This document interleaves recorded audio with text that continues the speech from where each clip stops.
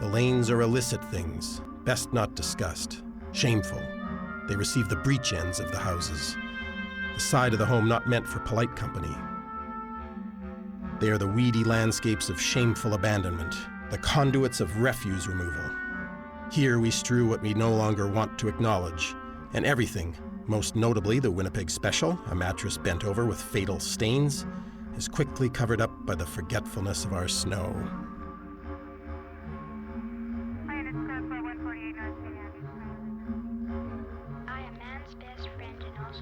In the alleyways, strange wavelengths dominate. The dispatcher seems to speak directly to you. Yes, I got that this morning. The driving is softer, soft as a cushion, a white pillow plumped.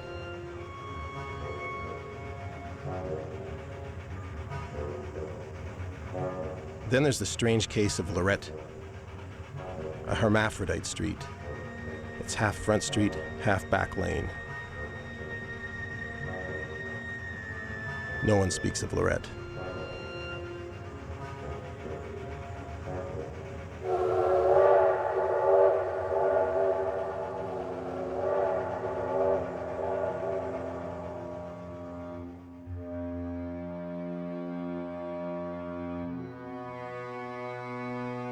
Even the architecture in Winnipeg is sad, has an addled concept of itself. Emblematic of this is the Arlington Street Bridge, a vast span of enfrosted steel girders which arches over the city's sprawling train yards, where trains couple in the fog, rumble on a while, then noisily divorce. The bridge, manufactured some 100 years ago by the Vulcan Ironworks of London, was originally destined for Egypt, where it was to span the Nile. But a mistake in specs made the fit with that river impossible, and the bridge was sold at a bargain price to bargain-crazy Winnipeg.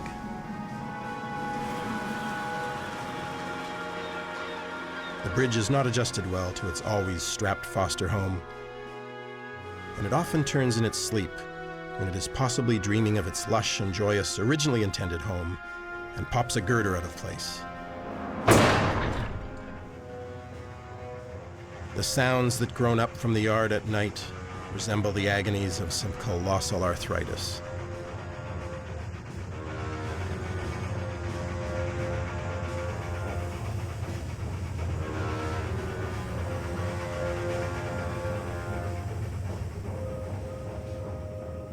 Just as the Arlington Street Bridge dreams of the Nile, Whittier Park, 1926, early in the winter. The first horrible snap of cold. A fire in the paddocks started when a squirrel scorched itself on a power cable. The horses, panicked, frightened, wildly fleeing from the flames. One last race for their lives, out into that cruel snap of cold. No other way to escape the flames but to cross the Red River.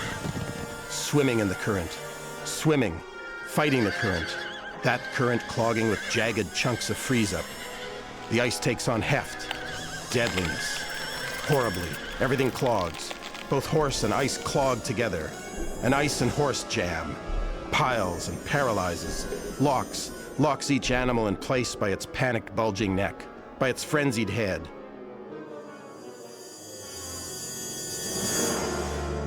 The heads stay this way for the whole winter. 5 months at the Forks, like 11 nights on a vast white chessboard. A great public spectacle. We grow used to the sadness, simply incorporated into our days. Soon, the Hawley Snowshoe Club embarks on weekly jaunts out to the Horseheads and holds little jamborees there.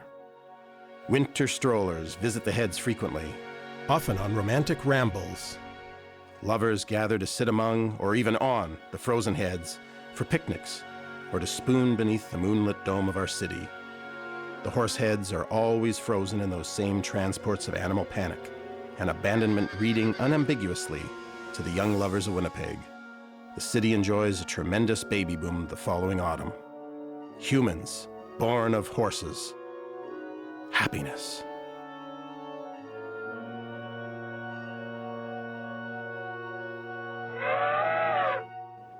Now without a racetrack to slake the city's thirst for betting, Winnipeggers turn to wagering on unsanctioned, illicit events. The Golden Boy pageants, held at the Paddle Wheel nightclub, which sits atop the brand new Hudson's Bay department store on Portage Avenue, Eaton's little sister down the street. Man pageants. The men are beautiful, the betting is heavy.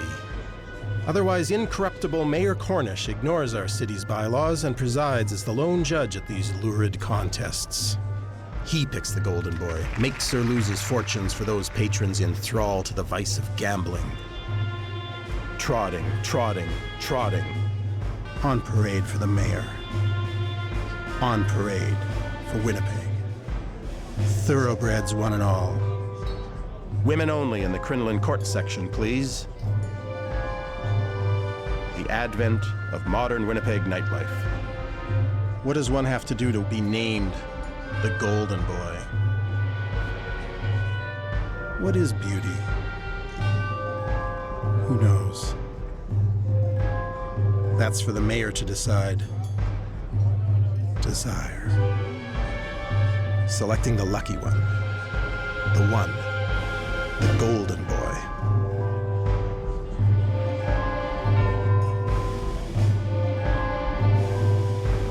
Mayor Cornish era ended in 1940 when scandal erupted over the high number of Golden Boys holding down golden jobs at City Hall. These debauched Cornish years were known as the Orange Jello days, when the city jiggled to the tempo set by that simple but timelessly delicious dessert served in the paddle wheel as its house specialty. Jello. Only orange Jello. Night manna. Squirting through the teeth into the outer regions of the mouth and then back into its center again. An endless cycle. The wheel of Jello. The paddle wheel. Betting action at the paddle wheel, that once vibrant penthouse of iniquity, drops off rapidly in the decades that follow. Hard to work up much enthusiasm for the pipe smoking contest held every weekend in the 50s. And by the 60s, there is nothing much left but memories of better times. But one level deeper, it was girls. Girls only. And deeper still, only boys. In the steam and dankness. Instead, they stripped naked to cavort the day long in the changing rooms. The little savages, in their Saturday trances, wanted me to strip too, surrounded me, aroused with excitements, and threatened to send high-arcing streams of urine onto me unless I joined them in their downy caperings. With engorged little members. Hairless. Why? Why? Why? Why don't we just swim? Why? To his happy land. For a time, where the wrathful nature of this ancient land plays one more trick upon them. Wrathful nature. Quickly, prairie herds descend upon us again. From the plains of Silver Heights, the pain cries rising from between two mating Tiwink-Ti, or homosexual bulls, held to be sacred for their double spirit by the Ojibwe, spark a colossal buffalo stampede down into Happy Land, trampling the playground under hoof, leaving it completely flat within 10 minutes. Then, a third stampede, this one by our forgotten men, our veterans of the Great War. Joined by our First Nations people, those swelling ranks of our heartsick dispossessed, these souls descend onto the devastation of Happy Land and sweep up every last piece of happiness they can, for they need it. Every fragment of plaything, roller coaster, arcade, and Ferris wheel, every last sliver of happiness. They remove it with the swiftness of a starving man clearing his plate. These forgotten souls, forgotten families, forgotten tribes remove themselves and these odd spoils to their secret homes upon the rooftops to reconstitute, as well as they can from this rubble, their own Happy Land. Out of sight, out of mind, invisible, still there to this day. Still there to this day. Wrathful nature, benevolent bison.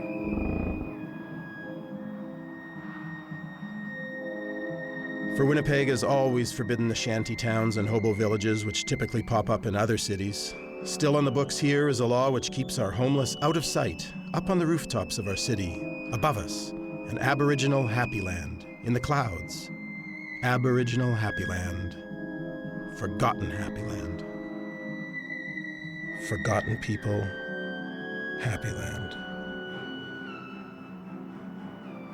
Happy land.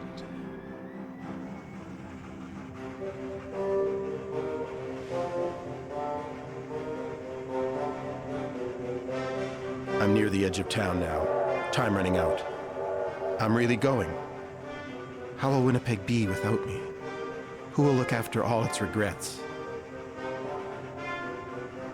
I need to think of her as I go.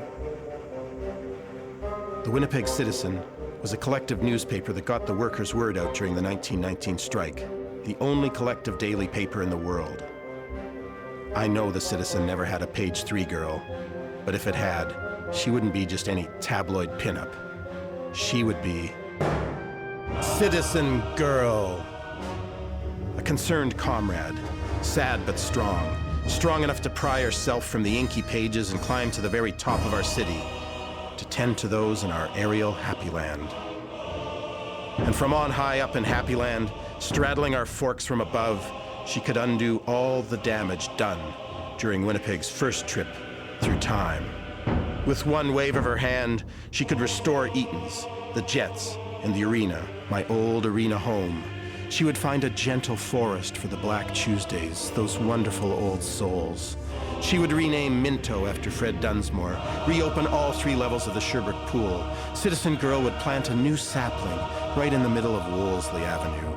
With one wave of the hand, she would refill the paddle wheel, raise Whittier Park from its ashes, keep all our horses and schoolgirls safe and right-minded, and once again turn on the sign at Clifford's. She would look after this city, my Winnipeg. She would be its new lap. And then I would know it was okay to finally leave the city in her hands, secure, cared for, loved. Then I could go to where there are no ghosts.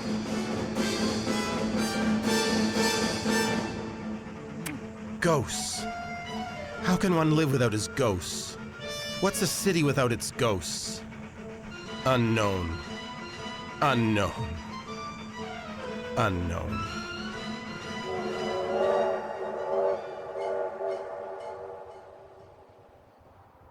I don't know what this experiment did to my mother.